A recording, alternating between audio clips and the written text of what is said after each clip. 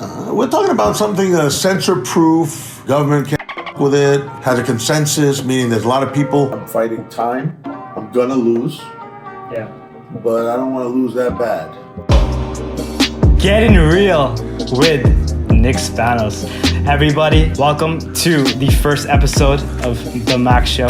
And we're here with the OG crypto pioneer. He's a computer programmer, inventor, and serial entrepreneur, founder of the first physical Bitcoin exchange called the Bitcoin Center, right across Wall Street. And he's also featured on the Netflix documentary called Banking on Bitcoin.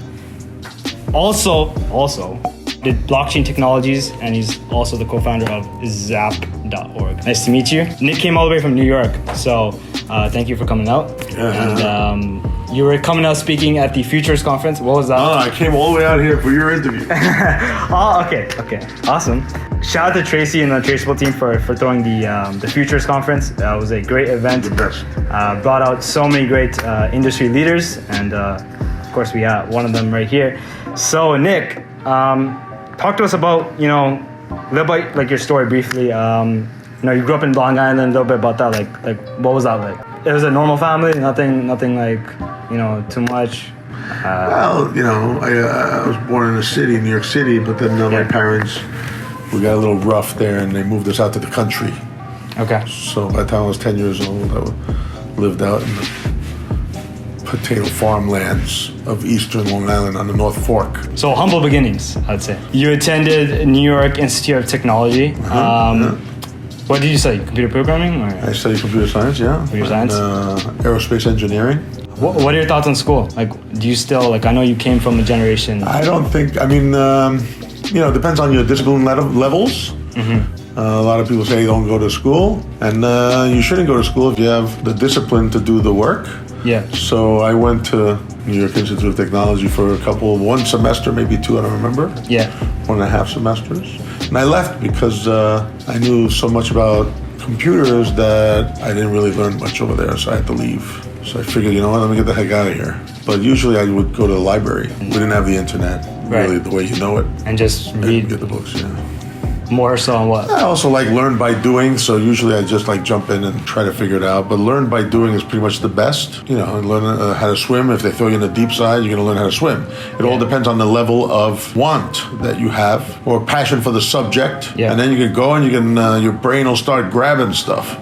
Right. But if you're just laying there and you're smoking pot like all the kids I see these days, you're not going to do shit. Right. 2,000 years later. All right, so we had a little bit of a break there, but you had to go to the bathroom. I had to go to the bathroom, that's what happened. But I just we were briefly talking about your peers and whatnot. I just want to ask, what separated you from your other? Are you fucking kidding me? Can I finish the damn story? Where did we end up? Yeah, so they wanted to go out in the parking lot. I know where we were, but where in the marijuana story were we? You found him, you caught him. And it wasn't him. The four of them were walking out in the parking lot, and they're like, yo, come with us. And they're like this. I go, well, so you have been doing something for the past 20 fucking years. These are your friends? Yeah. Close friends? Back then. Okay. I don't know what they've done since then. I want my brain cells. Right. You know what I'm saying? Right. They're like my tools in this world. Let's say you're a carpenter of this reality. Yeah. It's like you're taking your hammer and throwing it in the bottom of the ocean. It's like so every time you take a toke, you're throwing all that shit away, all your tools, till you're a fucking penniless pauper carpenter walking around going, duh. Smoke it up. Makes the world easier for me. The rest of you all high. Alrighty, so. Wait, but did you ever smoke weed or no? No. Never? You fucking crazy. Okay, cool. People want to know. Don't do it. Some people Stay clean. So I want to ask you, keep your tools.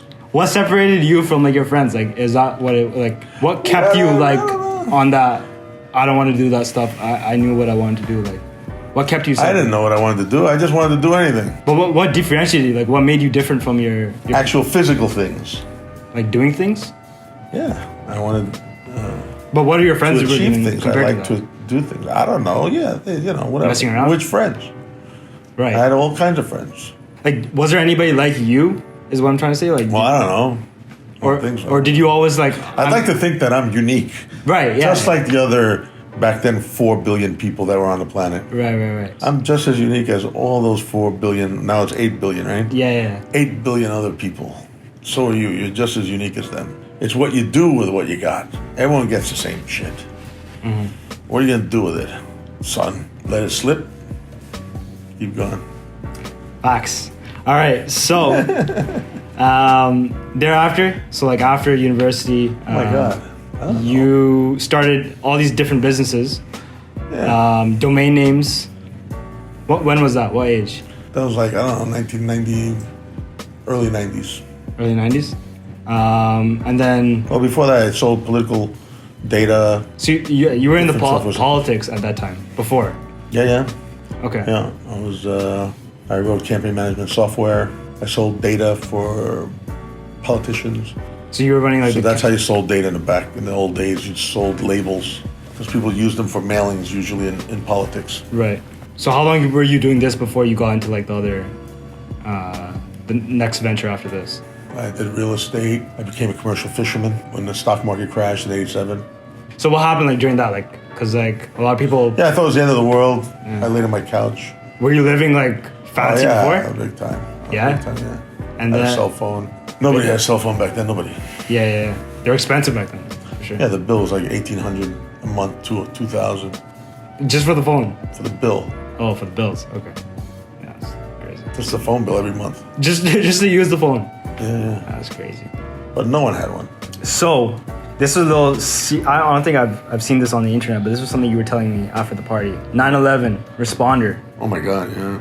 How did that happen? A friend of mine's mom called me, told me to go bring him home. Yeah.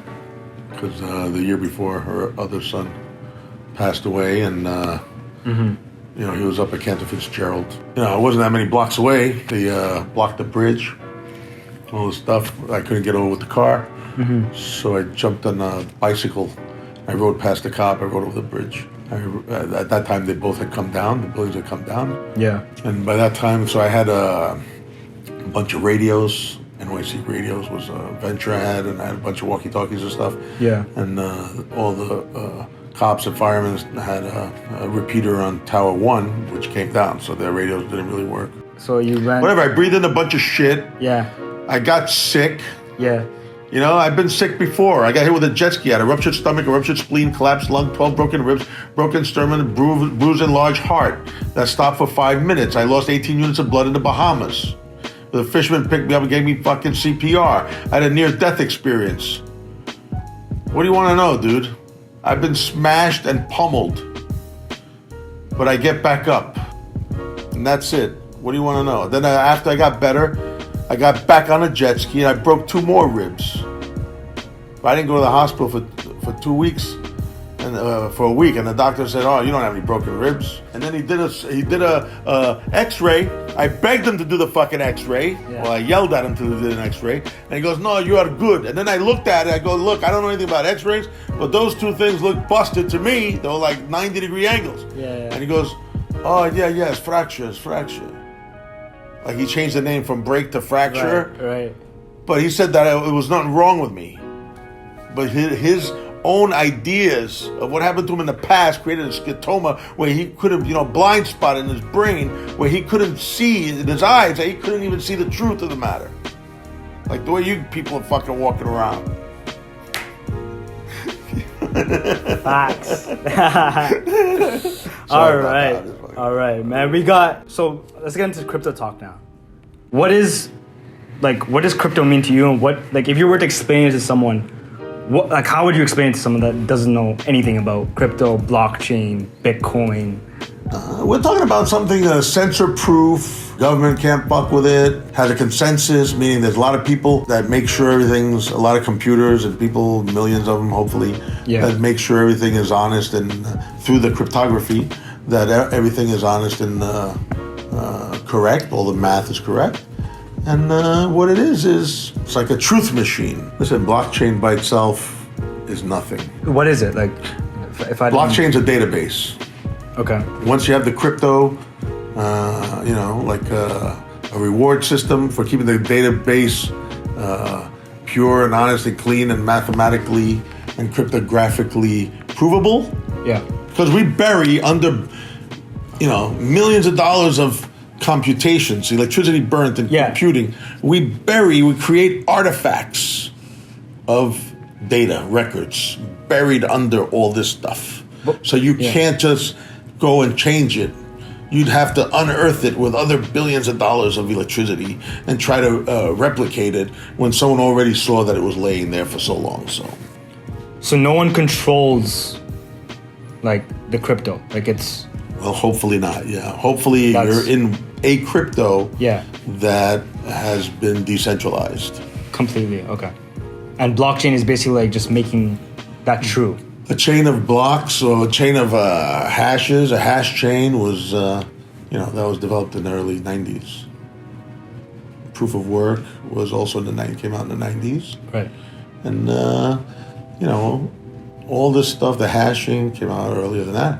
But what it does is, all together, gives you on a system where you can store data that's provable and immutable, transparent. 2,000 years later. All right, so no, you were giving advice how to start. You were saying failing, but like, how would someone go about? Listen, don't be afraid of failing. If you don't fail, then you're not going to learn anything.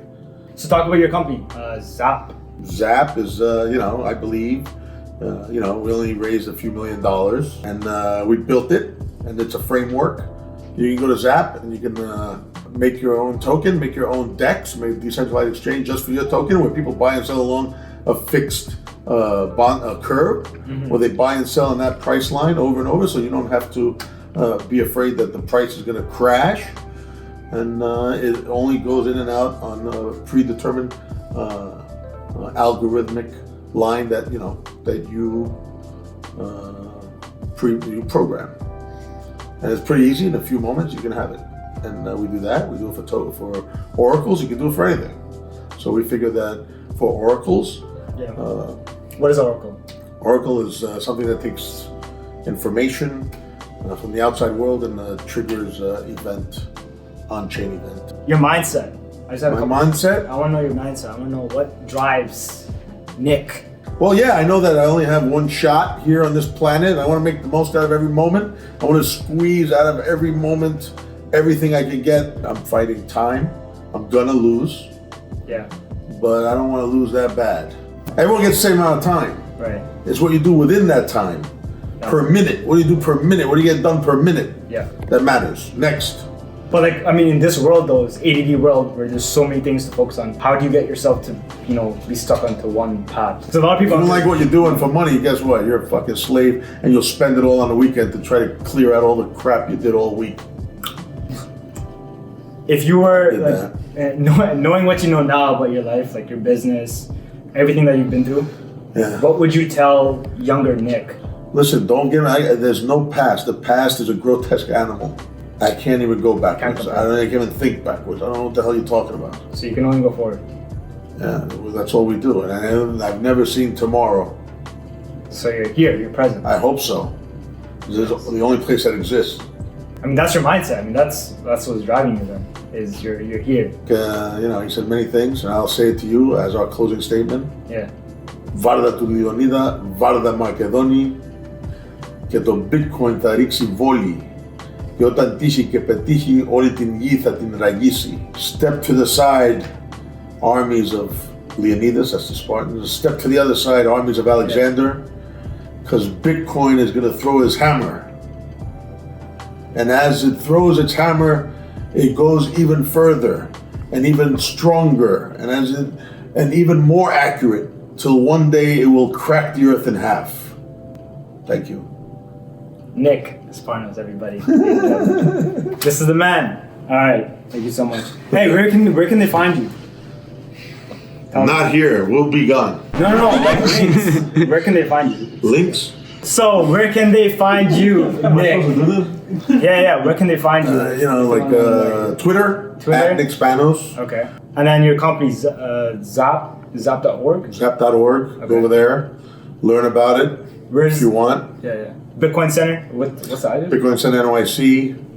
BitcoinCenter.Miami, BlockchainCenter.com. Yeah.